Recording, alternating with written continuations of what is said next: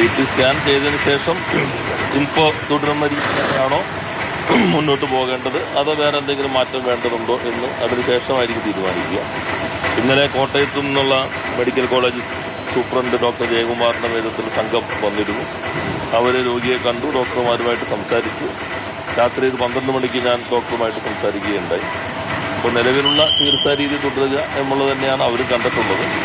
പിന്നെ CTക്ക് ശേഷം മറ്റ് കാര്യങ്ങൾ കൂടി പരിശോധിച്ചിട്ട് വീണ്ടും അവരുമായിട്ട് കൺസൾട്ട് ചെയ്യുന്നതായിരിക്കും.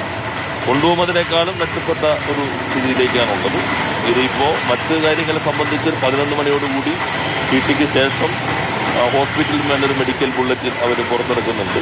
അപ്പോൾ അതിൽ വിശദമായിട്ടുള്ള ആരോഗ്യ സംബന്ധമായ കാര്യങ്ങൾ അവർ വ്യക്തമാക്കുന്നതായിരിക്കും ഉചിതം.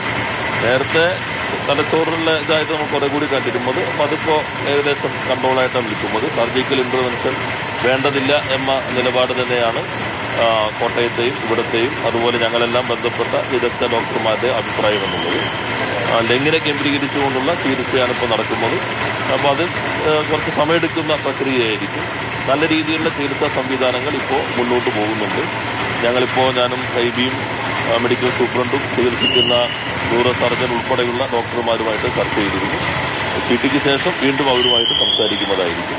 ഏറ്റവും മെച്ചപ്പെട്ട രൂപത്തിലുള്ള ചികിത്സാ സംവിധാനങ്ങൾ ഇപ്പോൾ തുടരുന്നുണ്ട്. ഇപ്പോഴത്തെ CT സ്കാനിങ് കഴിയുമ്പോൾ വീണ്ടും CTക്ക് കയറ്റിയിട്ടുണ്ട്. അത് കഴിഞ്ഞതിന് ശേഷം അതിൻ്റെ റിസൾട്ടിനെ അടിസ്ഥാനപ്പെടുത്തിക്കൊണ്ട് ഇപ്പോൾ ഉള്ള രീതി തന്നെ തുടരണോ, വേറെ എന്തെങ്കിലും ഇൻ്റർവെൻഷൻസ് ആവശ്യമാണോ എന്ന കാര്യം കൂടി അവർ ചർച്ച ചെയ്ത് തീരുമാനിക്കും. അതിനു കൂടി ശേഷമായിരിക്കും മെഡിക്കൽ ബുള്ളറ്റിനും പുറത്തേക്ക് ഇറങ്ങി. കൂടുതൽ വിദഗ്ധരെ കൊണ്ടുവരുന്നുണ്ടോ? അത് പിന്നെ എല്ലാ വിദഗ്ധ സംഘം എത്തി. പിന്നെ ഇപ്പോഴത്തെ ഒരു സൗകര്യം ഈ റിസൾട്ട് കിട്ടുമ്പോൾ തന്നെ അയച്ചു കൊടുക്കാമല്ലോ. അപ്പോൾ ഇവരുമായിട്ട് ആശയവിനിമയം നടത്തും. ഞങ്ങളിപ്പോൾ ആസ്റ്ററിലെ ഡോക്ടർ ദിലീപ് പണിക്കർ ഉൾപ്പെടെയുള്ള പ്രധാനപ്പെട്ട ആളുകൾ ഇന്നലെ തന്നെ ഞങ്ങൾ രണ്ടുപേരും സംസാരിച്ചിരുന്നു.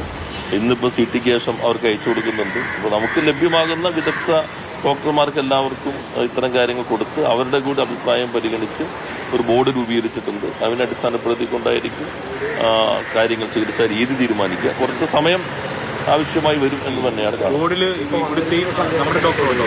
അവർ പോയി, അവർ മെഡിക്കൽ കോളേജ് സംഘമാണല്ലോ. അവർക്കിപ്പോൾ ഇന്നലെ രാത്രി അവർക്ക് ഇവിടെ തുടരാം എന്ന് പറഞ്ഞിരുന്നെങ്കിലും രാവിലെ തന്നെ അവർക്ക് കോട്ടയത്താകുമ്പോൾ എല്ലാവർക്കും അറിയാമല്ലോ, ജയകുമാർ ഡോക്ടർക്ക് ഒത്തിരി തിരക്കുള്ള ഡോക്ടർമാരാണ്. അവിടുത്തെ പേഷ്യൻസിനെയും ബാധിക്കാതെ അവർ 12 മണിക്ക് 12:30 വരെ ഞാൻ സംസാരിച്ചിരുന്നു. രാത്രി ഇതെല്ലാം കഴിഞ്ഞതിന് ശേഷം അവർ തിരിച്ചുപോയി. റിസൾട്ട് കിട്ടിക്കഴിയുമ്പോൾ അവരുമായിട്ട് ആശയവിനിമയം നടത്തും. അതേപോലെ നേരത്തെ പറഞ്ഞ നമ്മുടെ ഒരു വിദഗ്ധ പാനലുണ്ട്, അവരുമായിട്ട് ആശയവിനിമയം നടത്തും. അതിനുശേഷം വേറെ ഏതെങ്കിലും മാറ്റം ചികിത്സാ രീതിയിൽ വേണമെങ്കിൽ തീരുമാനിക്കും. ഈ മെഡിക്കൽ വിദഗ്ധ പാനലിൽ സർക്കാർ ഡോക്ടർമാരുണ്ട്. അതിപ്പോൾ അവരിപ്പോൾ നമ്മുടെ ഒരു ടീമിനെ അയച്ചിരുന്നല്ലോ. ഇവിടേക്ക് ഇവരൊരു ബോർഡുണ്ട്, ഈ ഹോസ്പിറ്റലിൽ തന്നെ ഒരു ബോർഡുണ്ട്, അവരായിരിക്കും ജോയിൻ ചെയ്യുക.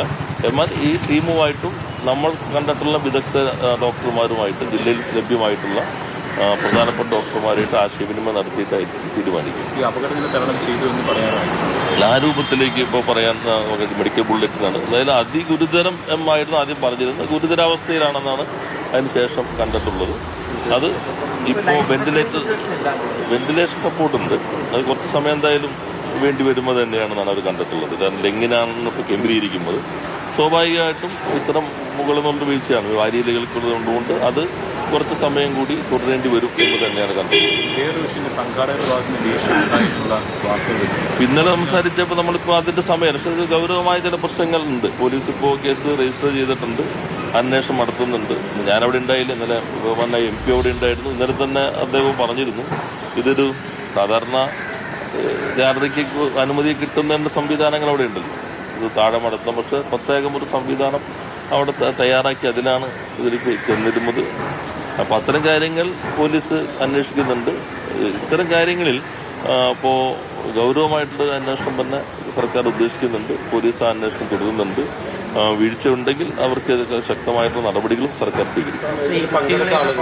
ആളുകളുടെ കുട്ടികളുടെ രക്ഷിതാക്കൾ പറയുന്നത് വ്യാപകമായ പണപ്പിരിവ് നടത്തുന്നു. ഗിന്നസ് റെക്കോർഡ് നൽകാം, ഗിന്നസ് സർട്ടിഫിക്കറ്റ് കൊടുക്കാമെന്നുണ്ടെങ്കിൽ പണപ്പിരിവ് നടത്തി വരുമ്പോൾ ഇന്ന് കുട്ടികളുടെ രക്ഷിതാക്കൾ ഇന്നലെ അവിടെ കൊണ്ടുവന്നവർ അതെനിക്കറിയില്ല. എന്നെ സംബന്ധിച്ച് അപകടം നടന്നപ്പോഴാണ് ഞാനിങ്ങനെ പരിപാടിയുള്ളതായിരുന്നു ഞാൻ അറിയുന്നത്. എൻ്റെ ശ്രദ്ധയിൽ ഇങ്ങനെ പരിപാടിയില്ല. ഞാനത് ആരോപഭാഗത്ത് ഞങ്ങൾ ഒന്നിച്ച് കൂനമാവിൽ പരിപാടി പങ്കെടുക്കേണ്ടതായിരുന്നു. ഈ അപകടം നടന്നപ്പോഴാണ് ഇങ്ങനെ ഒരു പരിപാടിയോട് നടക്കുന്ന കാര്യം ഞാൻ തന്നെ അറിയുന്നത്. അപ്പോൾ അത് ഇത്തരത്തിലുള്ള കാര്യങ്ങളുണ്ടെങ്കിൽ അതും പരാതി ഉണ്ടെങ്കിൽ അവർക്ക് നൽകാം. ആരാണ് സംഘാടകരെന്ന് എനിക്ക് കൃത്യമായിട്ട് അറിയില്ല.